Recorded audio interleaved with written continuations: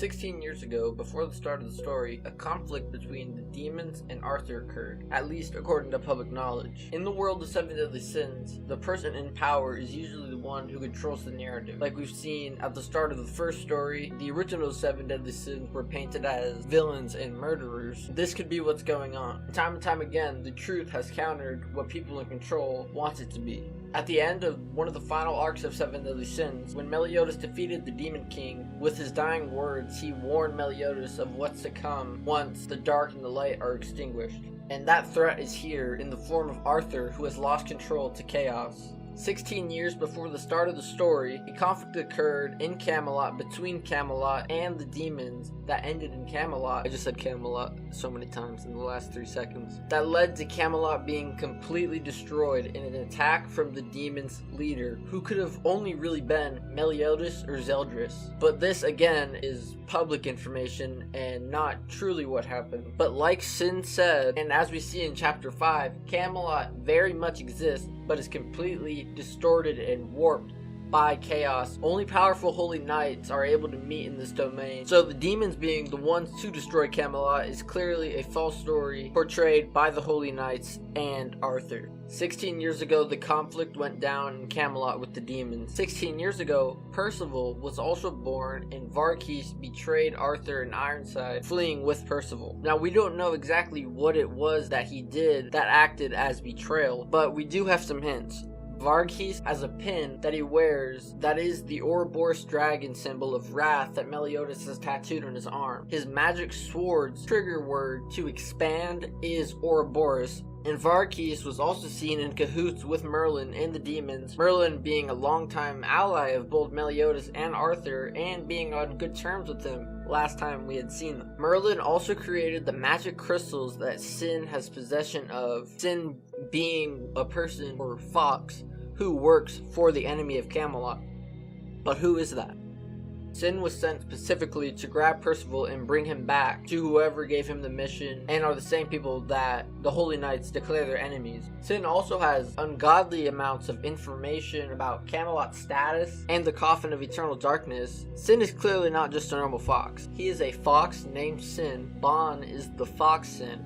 Sin has similar mannerisms to Bon in that he insults everyone around him. The similarities are intentional, and what's further is that Bon has a connection to the four knights in Lancelot. Each of the four knights seem to be of important bloodlines. Tristan being of Meliodas and Elizabeth, Lancelot being of Elaine and Bon, Zeldris and Gelda's son, for obvious reasons important bloodline, and then Percival, seemingly he's important, and there's an obvious fact that he's identical to Meliodas, Zeldris, and Tristan. But let's take a deeper look. He has insane levels of regeneration along with the natural affinity and insane amount of magic that could rival the power of trained holy knights. He has trained with a holy knight himself. He's not lacking combat training, but he doesn't have any practical experience compared to a holy knight. His magic golems unconsciously sought out the piece of the Coffin of Eternal Darkness, which was buried and hidden, and brought it back to him, seemingly knowing what it is subconsciously.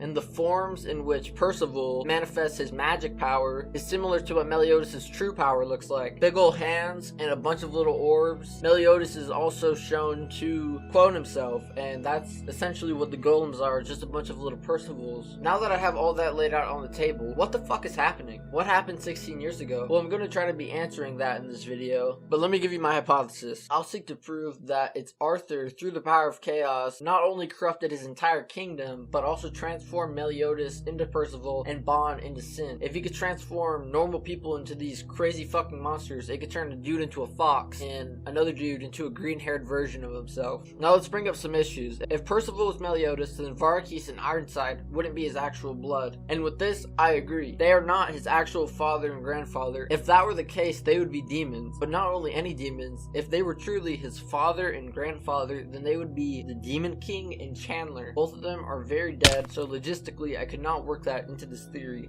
But Percival is very much a demon. That much is obvious.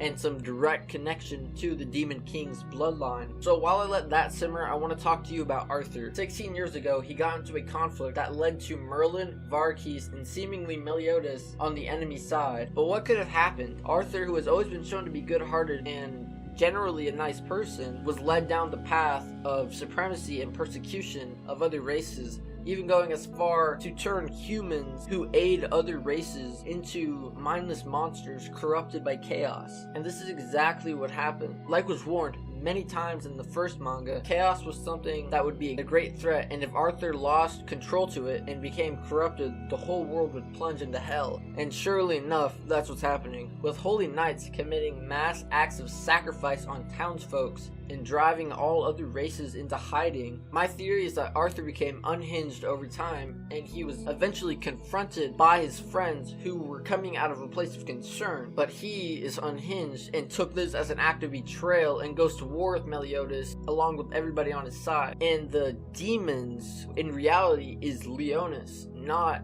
the demons, because there is no army of demons, there's only like a couple. And then the grunts. Leonis is where Sin's commanders are, and the enemy of Camelot mentioned in chapter 5 and many other times. They said that they would be aware of the prophecy, and Leonis has Bartra, who makes prophecies in his sleep. He would probably be dead by this point, but this could have been one he made ages ago. Leonis is also home to Tristan, one of the other 4 knights, and is seemingly where Meliodas should be, but he is not, because he is Percival, as we mentioned. And so if Tristan is now in command of Leonis in his father's stead, he would see Camelot as the enemy for what they did to Meliodas during the battle 16 years ago.